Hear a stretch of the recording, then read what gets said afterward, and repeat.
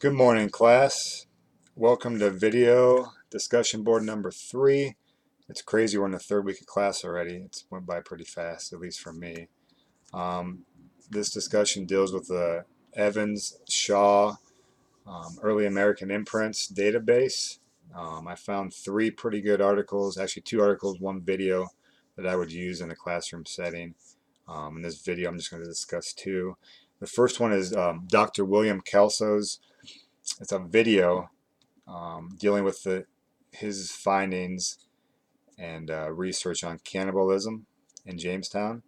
And the other one is by Dr. David Stahl, titled The Lost Colony and Jamestown Droughts. It's an article he published in 1998. It's a scientific study that studied the droughts, or the drought, in the early 17th century when these colonists landed. So starting with David Stahls, Dr. Stahls, him and a group of scientists throughout the United States concluded that the colonists, as well as other reasons dealing with the Indians, landed in probably the worst place they could have landed in America during the worst time. Like I discussed last, not only with the Indian, the Native American growth, but now also the worst drought in 800 years.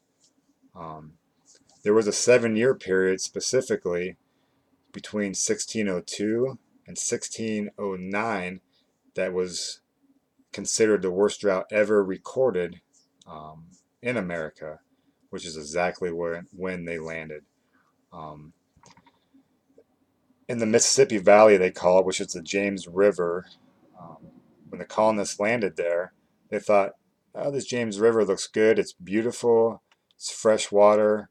We'll plant our colony right here. We'll have a plethora amount of fresh water. However, if most of you, or if any of you know, I know from living in Charleston on the Cooper River, is the James River is the same. It's brackish water, or brackish water. It's half salt, basically, half fresh. You can drink it. It's not good, and it will actually kill you over time. And what they found was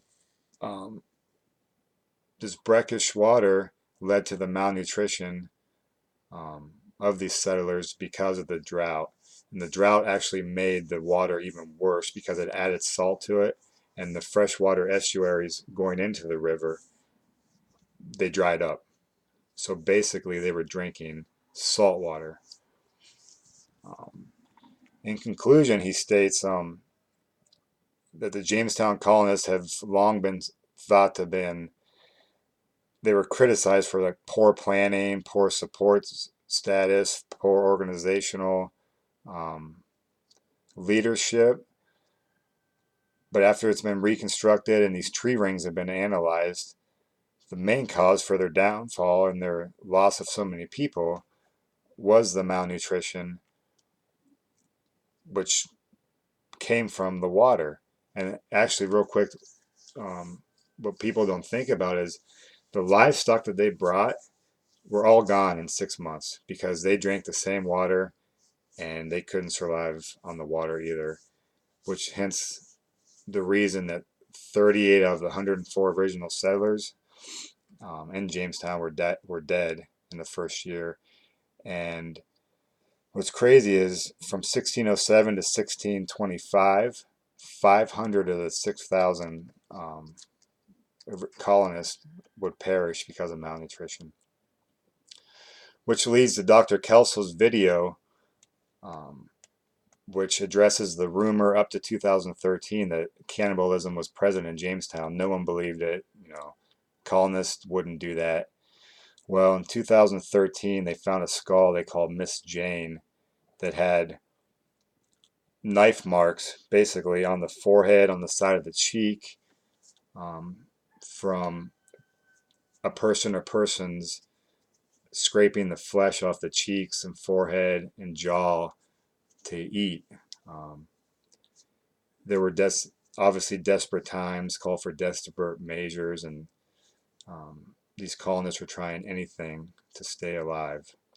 Um, that's it. That's all I got. I believe that both the article and the video would be great assets to teaching a History 101 class, especially on early colonial America, just because the video is pretty graphic, but it's suitable for undergrads or even high school students to show the desperation that these colonists had to deal with in the first 10, 20 years.